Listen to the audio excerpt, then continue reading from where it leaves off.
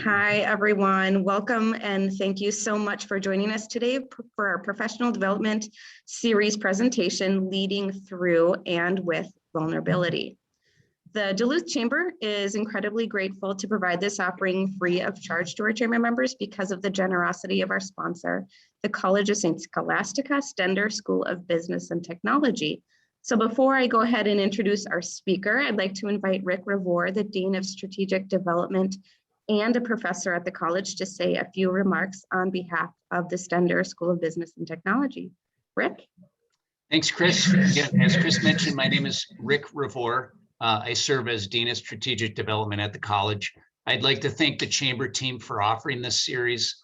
In the Stender School of Business and Technology at CSS is delighted to sponsor it. As you may know, 2 years ago, we named our Business and Technology School at CSS in honor of Dr. Bruce Stender to recognize his impact on our region through his leadership as our president in the 1970s and through his leadership in business and the many community organizations he served. Our Stender School at CSS offers face-to-face and online degrees in a variety of undergraduate and graduate programs. We'll be launching a new Master's in Health Administration in the spring and a Master's in Nonprofit Leadership. So, and finally, thanks to Dr. Kuhlke for presenting today. Thanks, Rick. At this time, I'm super excited to introduce to you our speaker today, Dr. Olaf Kuhlke. Dr. Kuhlke is the president of Integrative Resources, LLC, and an associate professor at the University of Minnesota, Duluth. He is an internationally recognized educator and researcher who was the first to establish a cultural entrepreneurship program in a university setting in North America. So we are super happy, delighted, and lucky to learn from him today. So please join me in welcoming Dr. Kuhlke. Take it away. Thank you, Chris, for the introduction, and thank you, Rick, as well. And welcome, everybody. I'm really delighted to be here today to share something with you that's really, really close to my heart, both on a professional as well as on a personal level. So the presentation I'm giving today, I want to start off with a personal story. So I'm going to start sharing my screen with you in just a minute. And also want to let you know that throughout the presentation, there are going to be a number of exercises that we have compiled. On the call today also is my business partner and life partner, Cami Norland, who is the CEO of Integrative Resources. So she's joining us here as well today. So we work together on a number of programs, and the exercises that you are going to see today are exercises that we developed together in our work for Integrative Resources. And these are exercises that you can do individually as well as with your team. So we're going to be sharing a separate presentation with you that only includes the exercises and then also our contact information if you'd like to know more. And hopefully we'll also get some group work going today. So we hope to have a couple of breakout rooms with you so that you can actually have some conversations with each other. So the plan for today is to sort of walk you through a presentation, but at the same time also incorporate about 6 different exercises that we have developed together here today. So I'm going to start sharing my screen, and that'll just take a second.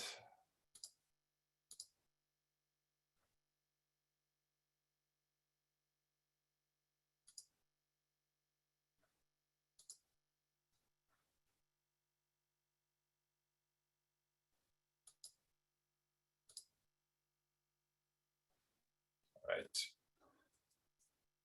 Can you all see the screen? All right, thank you. So the presentation today that I have prepared is entitled Leading Through Vulnerability. And you may already have some ideas what vulnerability means to you, but I will define that throughout the presentation today. But like I said, I want to start off with a bit of a personal story, because there's a reason why I have been engaging with this topic and with this particular issue of vulnerability for quite some time now. This is me 5 years ago in 2016, about May, June 2016. And this is my attempt to smile when my kids were trying to take a picture of me. As you can see, I was not a very happy person at that time. And this is me 3 years later in 2018.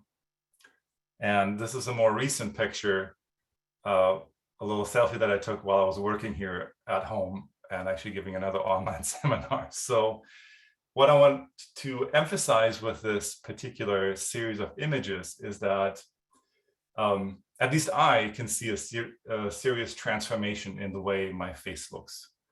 I look considerably more relaxed in 2018 than I did in 2016. And now I feel considerably better.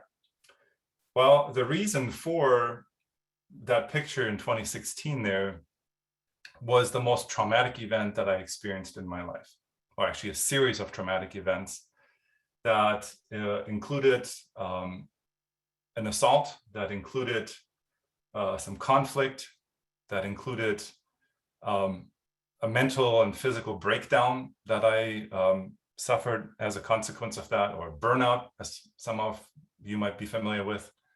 And following that, a longer process during which I also got divorced. And within these 5 years now, I am in a new partnership and I'm also happily remarried. So I do the work that I do because I am quite familiar with trauma. I'm quite familiar with personal setbacks, both professionally and personally, that have had a significant impact on my health, both my physical health and my mental health. I'm not going to get into all the details of the physical health issues that I experienced there, but in a longer presentation, I would be sharing that with you as well. But the point of it is that at the time when I was experiencing this personal trauma, I had the fortune of having an excellent boss who immediately, along with a coworker of mine, recognized what was happening to me and who took it upon themselves to intervene, to get me the help that I needed, to get me back on the right track, to get me to better physical and mental health. So one of the lessons that I learned from this experience was that it's really important for work teams to recognize trauma, to be able to intervene appropriately, and to also work with compassion when it comes to people that are impacted by traumatic events, stressful events in their lives, because we all experience some kind of stress in our life. So today's presentation really is about two things. And the first one is stress. So the mental and physical toll that work takes on us. And the second aspect that I want to introduce you to today is the issue of vulnerability, the uncertainty, the risk that comes with emotional exposure when we tell people what is going on with us at work. And the argument that I'm going to make and that I'm going to try to convince you of is that the conscious and the intentional practice of vulnerability on various levels in a company, in a work setting, can lower individuals' stress levels. It can build trust. It can improve your teamwork, and it can also actually increase your productivity. So what I'd like to do is to quickly walk you through a couple of examples of stress and the impact that it has. But before we do that, I would be curious for you to share with me, when you think about stress today, on this sheep scale from 1 to 9, how do you feel today? You can put that in the chat. So just put a number in the chat. So if you're feeling absolutely meh, put a number 1 in there. Feeling slightly better, a 2. And then if you're feeling absolutely joyous today and feel like absolutely no stress, then you put the number 9 in there. So if you would do that, I'd appreciate that. And so thanks for sharing that with us so that we all kind of know where we are at with our stress level today. I wanted to just get your sense of your stress levels and where you're at. and also share that with others. So this is our first exercise in vulnerability and showing each other how stressed we actually are in our daily life today. So thank you for doing that. So the problem that I want to address with you today is the problem of stress. And then we're going to see throughout the presentation how vulnerability can help us mediate that stress and help us relieve that stress. So as you probably all know, stress is not good for your health. Stress makes you sick in so many different ways. It makes us more vulnerable to disease or dis-ease. It's also a profound healthcare crisis in a sense, and I'll get to that in just a few minutes. But the argument that I'm going to make today is that being vulnerable, showing people who we really are, taking emotional risks, and being more authentic with people in a work setting can actually help us mitigate that stress. But vulnerability is really a kind of an underutilized, underused, and also really misunderstood concept. So I want to shed some light on that, what I actually mean by that, and also have us break down in groups today, and for you to have a chance to talk about what that actually might mean to you and how you may be actually vulnerable at work or not. So we'll do a little bit of group work today so you can experience this as well. So again, the argument I want to propose here today is that being more vulnerable or embracing vulnerability can actually make you healthier individually, but it can also make us better employees and better leaders. So it's really good for teamwork as well. So here are just a couple of facts, and I'm going to kind of rattle these off and tell you about them. You probably know about this, but stress makes us sick. About 60 to 80% of doctors' visits are stress related. This is actually all based on medical research that we have done in integrative resources here. About 1 in 2 Americans have a chronic disease that is directly related to stress or caused by stress. 1 in 4 have multiple chronic diseases, heart disease, diabetes, hypertension, you name it. About 91% of all prescriptions are for chronic diseases that are related to stress. 76% of physicians' visits are for chronic disease. And chronic diseases are responsible for 7 to 10 deaths in the United States. And 99% of Medicare and 83% of Medicaid go towards chronic diseases. That translates into quite a bit of healthcare spending, as you might know. About $3.2 trillion a year is spent on healthcare in the United States, and 86% is for the management of chronic diseases, many of which are completely preventable and are directly related to our stressful situations at work. If you want to watch a good movie on this, Sanjay Gupta did a wonderful film called One Nation Under Stress, where he begins the film with a really important fact, and that is that for the first time really in decades, US life expectancy is declining. And this is directly related to the stress that we are experiencing at work primarily. You might also be surprised to hear that when it actually comes to your health, it's not your family doctor that has the biggest impact, or the relationship with your family doctor that has the biggest impact on your health. It's actually the relationship with your boss. And this is from a book by Jeffrey Pfeffer that he published in 2018 called Dying to Get a Paycheck. So when you look at the stressful situations that we often experience at work, here's a few more statistics that I want you to be aware of. For every 10 employees, on average, 1 is absent, 3 are present but underproductive or unproductive due to stress, and only 6 are working productively. So there's lots and lots of other statistics that we can find to show you that stress has a negative impact, not just on individuals that are at work, but also on the bottom line of the business. So having less stressed employees is a good business decision. So the main aspect of today's workshop really is to have you all experience how you can mitigate stress, both as an employee and as a boss, as a leader in your company, no matter what level of leadership you're actually at. So resiliency, or the ability to resist stress, to overcome stress, is an important core tool. So what we teach at Integrative Resources, and what I've also actually incorporated in much of my classwork at UMD, is stress mitigation techniques, so stress management techniques, relaxation techniques. And the number one free tool that you can use is your breath. If you're into reading, this is a book that I would recommend to anyone that is in business, but also that wants to improve their individual personal health. I occasionally give workshops on breath work as well, that I've done for the last couple of years.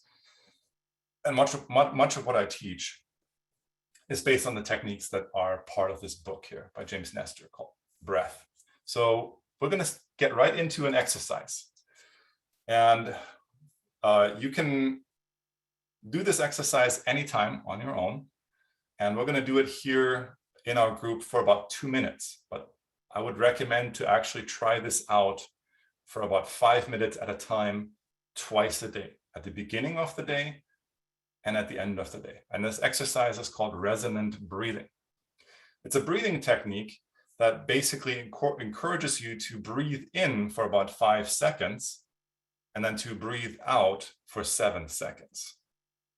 That's 12 seconds. That means about 5 breaths per minute.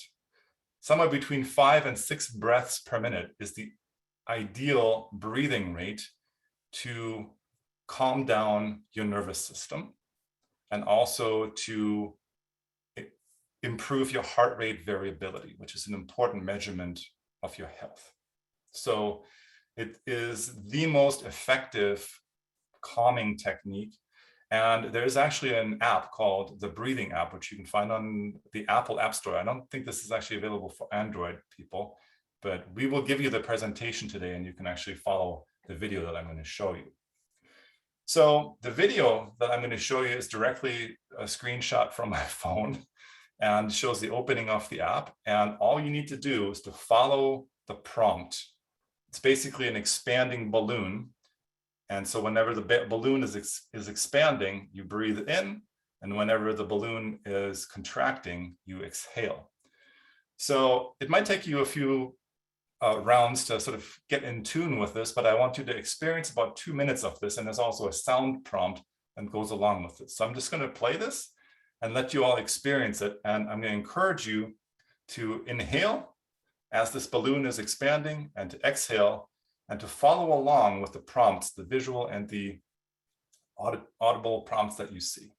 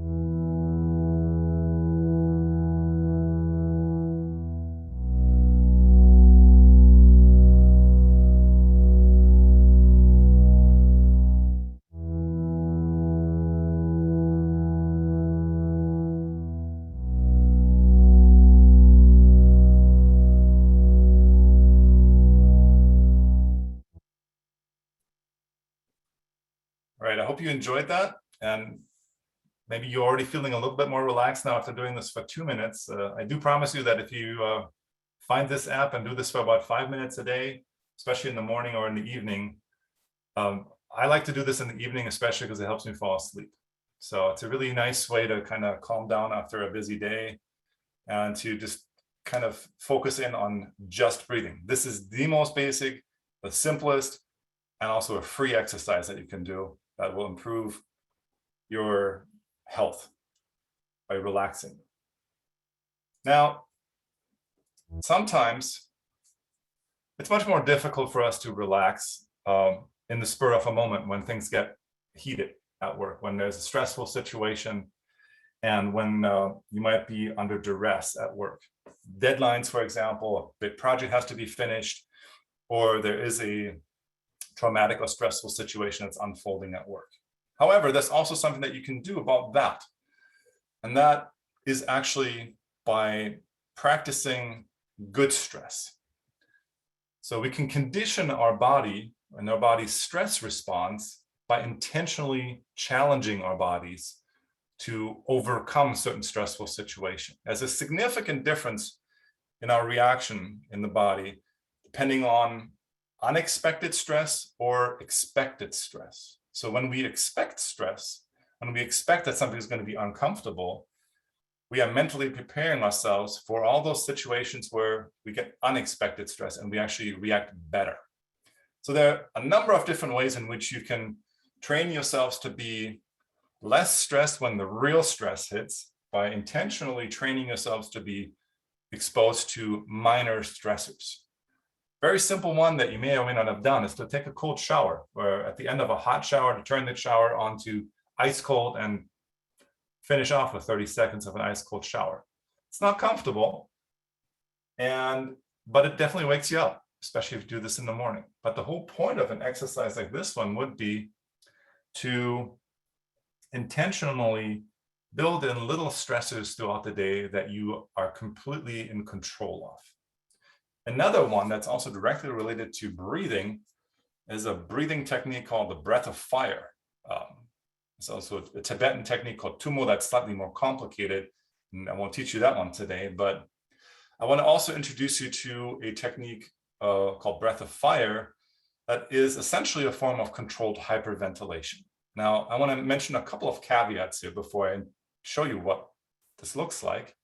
And you will also have a link to a YouTube video that you can also then follow and do at your leisure, because the entire exercise takes about 12 minutes. And I don't want to spend that much time today on this, but I will introduce you to the basic technique. A couple of caveats. Never, ever, ever do this exercise when you're driving. I don't know why I even have to say this, but some people apparently have tried this while they are driving and they have passed out, or they have been dizzy when they were doing this kind of work. So never ever do this when you're driving. Find a comfortable place to sit. It is imperative that you either sit or lie down while you do this exercise, because you might feel a little bit dizzy for a short period of time. So you should not be walking either. If you're more experienced with it, then you can actually do this while you're walking too, but I would never ever recommend this to anyone just beginning with it. So the idea of this exercise is to do 30 controlled fast breaths in a row that are deep inhales and deep exhales, and I'll demonstrate that in just a second. And then after you are done with these 30 deep inhales and exhales, you fully exhale. You really get all the air out of your lungs and you wait. You will not inhale because you won't feel the need to inhale for at least 30 seconds. If you continue doing this exercise, within 1 or 2 days, you will be able to hold your breath without any air in your lungs for about 1.5 minutes to 2 minutes. So considerably longer than you might actually think. After 6-7 months of practice, I was able to hold my breath for about 5 minutes. No air in my lungs, just sitting there. And then you feel the urge to inhale again. It does help you increase your lung capacity as well if you have issues with that. So the idea is 30 breaths that are really fast and vigorous, exhaling and waiting until you feel that urge to breathe in again. And you do this three 3 rounds, so 90 total breaths. And there's an instructional video that you can see on this YouTube link here that you can then also follow. It takes about 12 minutes to do these 3 rounds, and you have an instructor doing this for you. But let me just illustrate the actual breath for you. And feel free to kind of go along with me with this. So what we do is, and I'm going to stand up now so you can see me a little bit better here, is when you sit down, you want to inhale both into your upper respiratory tract, so into your lungs, as well as into your tummy. So it's often easier to actually put one hand on your lungs and one hand on your belly while you're doing this work. So the way you do this is by inhaling deeply and then also exhaling deeply. So one breath would look like this. So think of it as blowing out a candle at a birthday party.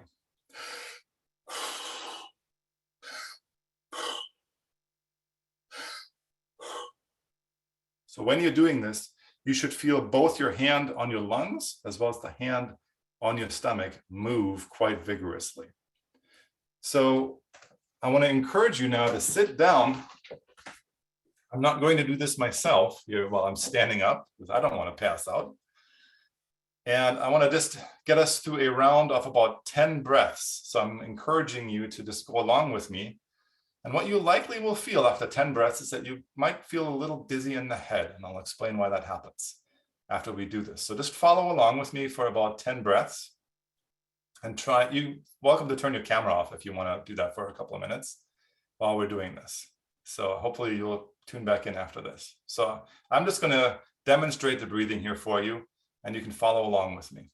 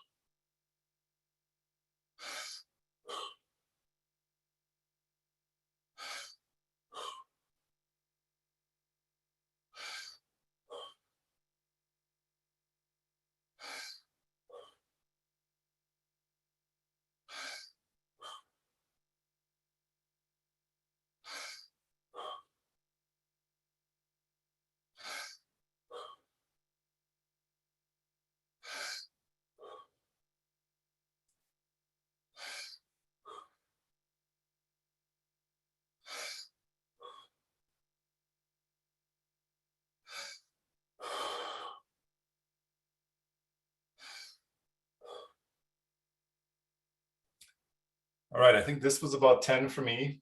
You can probably imagine if you do 30 of those in a row that you feel even a bit more dizzy. And that is the whole point of this.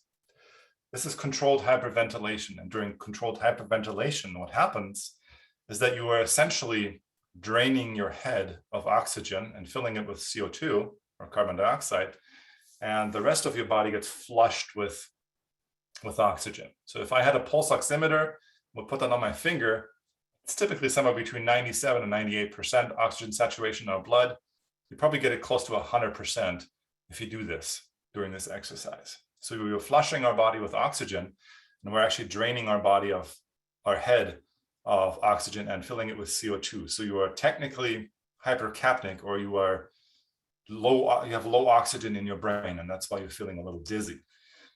Once you're done with the exercise, this will quickly reverse, and you're basically putting yourself into a continuous state of oxygen deprivation. So this is a stressful event for the body. However, it actually makes you feel quite relaxed the more you practice this. So one thing that you will figure out after doing these exercises is that you enjoy the state of oxygen deprivation, and you enjoy the relaxation and the tingling sensation that comes with this in your body. And after you're done with this, you also feel quite relaxed.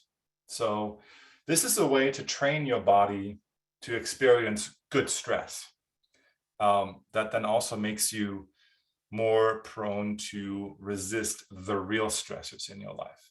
The main reason for why this works is because the actual experience in your brain triggers the vagus nerve, and the vagus nerve is sort of responsible for controlling all of our fight or flight responses in the body. So this is a way to tone a nerve in your body that then helps you resist real stressors in life. So 2 quick breathing techniques that are really, really helpful. A third individual technique before we get to vulnerability and working with teams is a very simple exercise that you can do, and that is just a gratitude exercise. Gratitude has scientifically been proven to lower your stress levels. So in other words, the more thanks you express to others, the more appreciation you express to others, the happier and the more relaxed you are.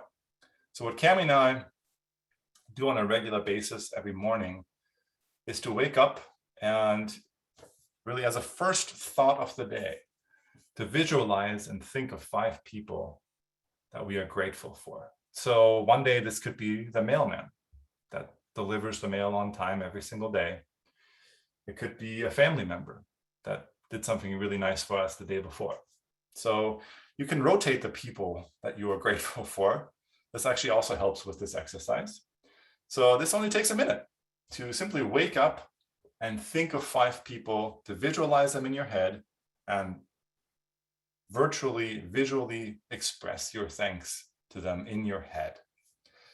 There's another YouTube video that we will share with you here in the presentation that then extends this to a more involved exercise. And that means actually writing a thank you letter to a person that you know that recently did something really nice for you or that you're just grateful for in life, and then calling them and reading that letter to them. So the video explains the science behind that experience. And this is a really profound exercise that is guaranteed to make people really appreciate you, but also probably will make you and that other person cry. And that's another good thing. So it's a really emotional exercise that I do regularly with freshman students at UMD, and they love it. So we literally sit in a class, we do this exercise, and then I ask student volunteers to call that person in class on speakerphone as we are doing this. So they don't have to do it, but they volunteer to do it. And it always creates a real good moment of bonding as well for the entire class when this is happening. So experiencing the power of gratitude is another really, really important way to flex our stress muscles a little bit and reduce the stress in our lives. So what I want you to take away from these 3 exercises that you can do at home is that less stress basically means less physical vulnerability. And you have some very, very simple tools at your disposal that you can utilize any day, anytime at home, or you can do these exercises I just showed you as well with your team at work. Start a meeting with it. If you know it's going to be stressful, do a breathing exercise. So these are really easy ways to get everybody involved in the same practice of stress management. So what about your boss? Since I mentioned to you that your boss has a significant impact on your health and is more important than your primary care physician because you see your boss a lot more, what can your boss do? Or more importantly, what can you do if you're the boss? What can you do for your team? How can you help your team to be less stressed, more involved, and healthier in the long run? And this is where the power of vulnerability comes in. Less stress means being more open to people, and that makes us more vulnerable. So telling stories that are uncomfortable, sharing a part of our authentic selves with others, sharing who we really are with other people, even if that is a story that might be at first embarrassing or hard to tell. So that's why I told you that story about myself and my own stress, my trauma, my worst time in my life at the beginning of this talk. So how does this work? Quick story. I work at UMD as well, besides working with integrative resources. And this is a letter that our Vice Chancellor for Student Life sent out in the aftermath of a student death. And this is probably a very common response. This is probably a standard response and also a very appropriate response for a leader at a university in the case of a student death. So this is what I would consider a very, very good and normal response to a stressful event for the entire community at UMD here. And this is in the aftermath of a student death a couple of years ago. So, dear colleagues, on behalf of his family, I'm writing to share the sad news that one of our students has passed away. Alexander Band died on Friday, September 27th. Alex was a student in the Swenson College of Science and Engineering, majoring in computer sciences. And then the letter goes on and also provides resources for people and says a separate email is going out to students that enlists the resources available to them. So again, I think this is a very good example of leadership here and an appropriate response to a student death. And these letters go out on a pretty frequent basis at UMD when students or faculty members or staff members pass away. Here's a different way, and perhaps even a better way to respond to a situation like this. This is from the Office of the President at the University of British Columbia. And the president at the time was Santa Ono. He's a very well-renowned academic leader who experienced at his presidencies at the University of Cincinnati and the University of British Columbia a number of student deaths that were due to suicide. So at one point in time, he decided that it was time to no longer just send these letters like you've seen them before, but to really do something bigger about it. And this is a letter that is published on the website of the Office of the President of the University of British Columbia. And this is his story, where he shows one student that recently committed suicide or completed suicide at UBC, and then shows a picture of himself and tells his story of his 3 attempts of completing suicide. Because at that point in time, he basically said he had had enough of situations like these where he would write these standard letters, and he felt something more was needed at this point in time. And this to me is sort of a quintessential example of vulnerability at its best, where a leader, the leader of a university, of a large institution with 40, 50,000 students and thousands of employees says, it could have been me had I not had the help that I needed. So this is just a snapshot of that letter, and you can read the entire letter online because he really wanted to do something about the stigma of mental illness. So vulnerability is about showing up when situations like these happen. It's about being seen. So up to this point, nobody knew any of Dr. Santa Ono's issues and his struggles with depression and his attempts at completing suicide. Because he, like many others, was completely terrified of the possibility of other people knowing about his weaknesses or his story. But he decided to step forward and make this public and to be seen because he wanted to do something more about this. So this is what this quote by Brené Brown here really means to me. It means this is an example of showing up and being seen when the situation arises where it's appropriate to do so. So think of the different ways in which you can be showing up and be seen with something that you don't necessarily want people to know or didn't want people to know in the past, but now it's appropriate to share that story. That to me is a good example of vulnerability. But it's also about really being yourself. Because both in our private life as well as at work, we put on masks. Not just literally right now because of COVID, but also figuratively. We put on a number of different masks. We play roles because sometimes we have to, but the question really is, when is it time to take off that mask that we are putting on here and to be truly you, to tell your story, to share your story with others, because it is appropriate. Now, why is this important? Why should it matter to you?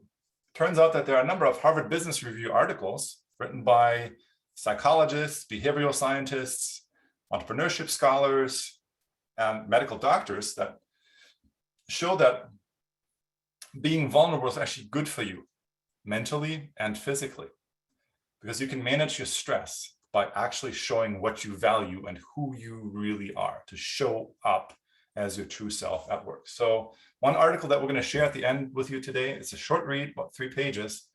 It's this article by David Brendel called Managing Stress by Knowing What You Value. Sort of goes into this idea that vulnerability means simply being authentic, and that helps to reduce your stress. Not having to pretend is better for our health at work. It also means speaking our values, telling people what we really think rather than going along with certain opinions. So to engage people in true conversations about what they really think at work. And it's also about communicating in the right way. And you already saw 2 different ways in which you can communicate in the case of a crisis at the university here, in the case of a student death. We can send out a letter, a heartfelt letter, and encourage follow-up and say there are special resources available for everyone. Please contact us. We know this is a stressful situation. Or in the case of Santa Ono, we can bare our heart, we can show ourselves, we can tell our story at this point in time. And this article sort of goes into more details of that and why that's important. So we have about 20 minutes left. So what I'd like to do for about 5 minutes is for us to get into breakout rooms. I'm going to briefly interrupt the presentation here so you can see me again. And I'm going to put the questions that you just saw in the chat box. And what I'd like us to do is to go into breakout rooms for about 5 minutes and for you all to have a short conversation about these questions. These are also questions that you, for example, can incorporate into a team meeting. And so the first question is write about or speak about when and where you are authentic at work, and where you're putting on a show or a mask, and where you're not being yourself. And the other questions are speak your values. What are your values? Where do you clearly articulate them and where not? This could be political persuasions as well. Why? And how do you communicate your values? Where does this not happen? And how do you let others speak their values? So I hope these are relatively clear questions for us to sort of think about for a few minutes. And I'm going to send you into breakout rooms now. We have about 15 people here. So let's do 4 breakout rooms, and I'm going to assign those automatically and invite you to a breakout room. So please take a few minutes and discuss these questions and introduce yourselves to the other participants and have a short chat about them. And then we'll come back and I'd like to get your feedback and your responses on that. Does that sound good? Everybody comfortable doing this? Yes. All right, thank you so much. So about 4 minutes in the breakout room.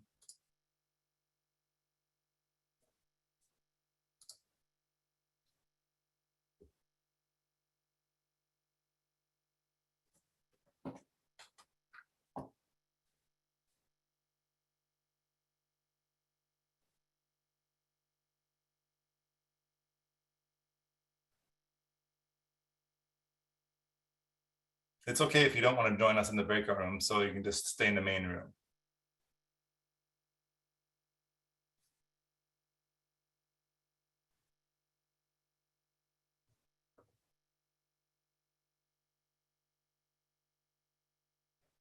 I'm going to set the timer for about 5. I'm seeing only one person in breakout room 1, so I'm going to move her. Okay. Let's do room 2. Thank you. Yes.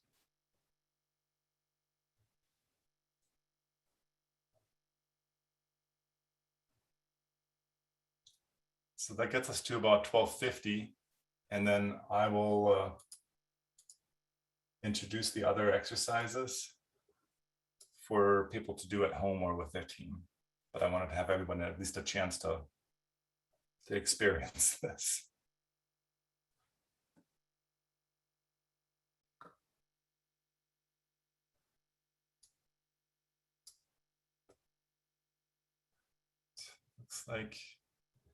Looks like we have everybody back. So would anybody like to share what the conversation in your groups was about? Maybe we have a couple of you summarize the conversation briefly and share what you talked about. Who would like to do that? I'm willing to share. I think part of the being vulnerable that came out in our conversation is that whole awareness of perceptions and being able to overcome them.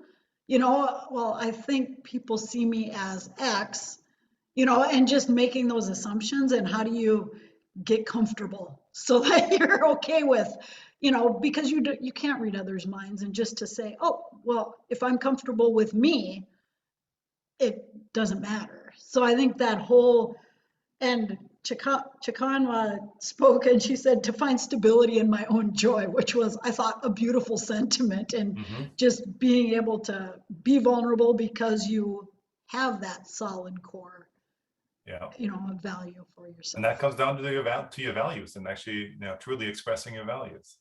Yep. Awesome. Anybody else would like to share?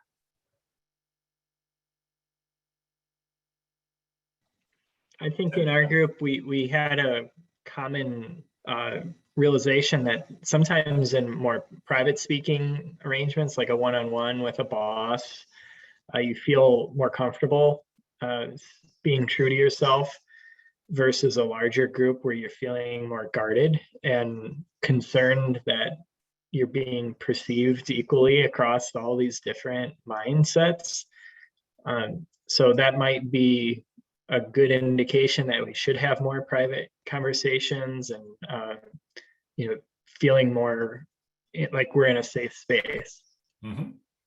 So you're right. I think it's much easier to do this in a small team than in a large team, or even send a public message out to the entire company or an entire university or nonprofit organization like this president did.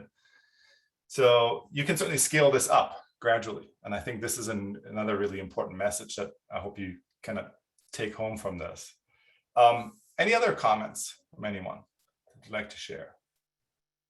Because I have a few more things to share with you today before we wrap up. Yeah, and Olaf, just a bit of a tangent, but I think the authenticity is really important to consumers now as well. So a number of us have small businesses and brands that we manage, and I think a takeaway for me too is the more you can express that authenticity, the more aligned you might be with your customers. Yeah, it can be a real asset in terms of the storytelling that you do for your branding as well. So thank you for sharing that. Anyone else would like to share? Okay, I have a few more slides that I want to show you. Go ahead. And then we'll wrap it up.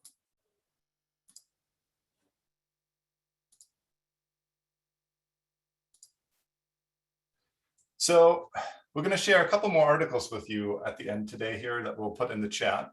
One of them is called What Bosses Gain by Being Vulnerable.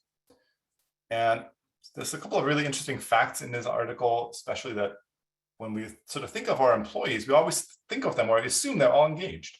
But 70% of them on average, when we look across the United States, are not engaged at work or connected or less productive than average. So authenticity, vulnerability can actually help us increase this engagement of employees.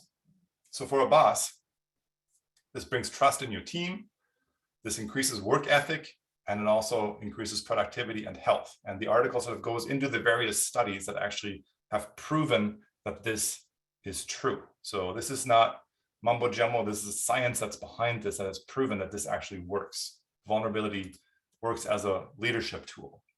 And leaders encourage vulnerability and model it. That's important for us to do.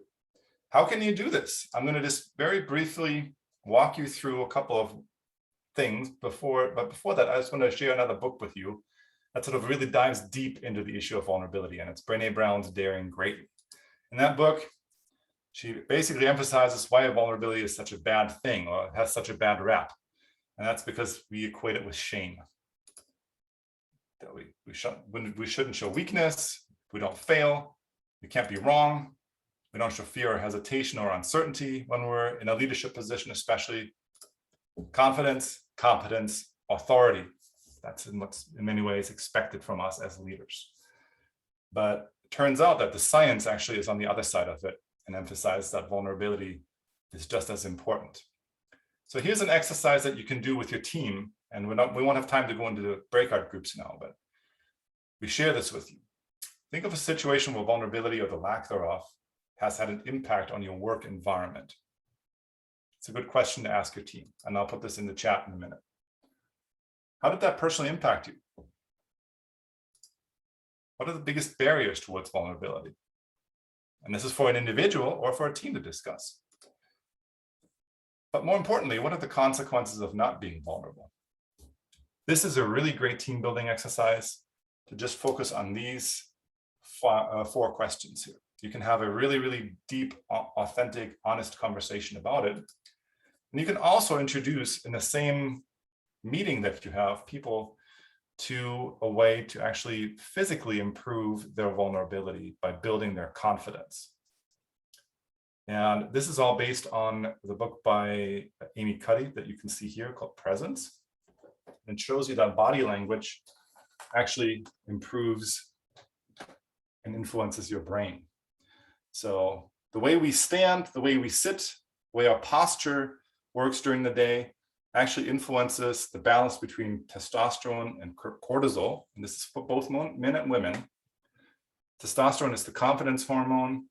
Cortisol is the stress hormone. So they work in balance with each other. The more testosterone you have, the less cortisol you have, and vice versa. So she shows, and she's done studies on this, that if you sit in the postures that you can see below here, and those include looking at your cell phone while you're looking down, you actually lower your testosterone levels and increase your cortisol or your stress hormone levels. And if you sit in these positions here or stand, you increase your testosterone and lower your cortisol levels. So these power poses, or the simple language of our bodies, can actually help us get into a state where we are more comfortable with ourselves and subsequently more vulnerable and more willing to speak out and speak up. So to wrap this up, Cami and I do this type of work with individuals, with companies, and our work's really based on these 5 C's that you can see here: compassion, courage, curiosity, connection, and consistency. And we do a number of other exercises with groups as well: failure CVs, spelling out your shame, sharing your stories, circles of trust and how you build them in your company, and also facilitated conversations about your values. I actually do this with entire communities as well, and I've done this type of work as part of my research. So I would like to encourage you, if you have any questions for both of us, to contact us after our talk today. So I'm going to be sharing with you in just a minute the slideshow that has our contact info, both our phone numbers as well as our emails in there. And I want to thank you for being here today. So thanks so much. Hey, Dr. Kuhlke, thank you so much for that presentation. I will open it up for anyone that has questions for him for another minute.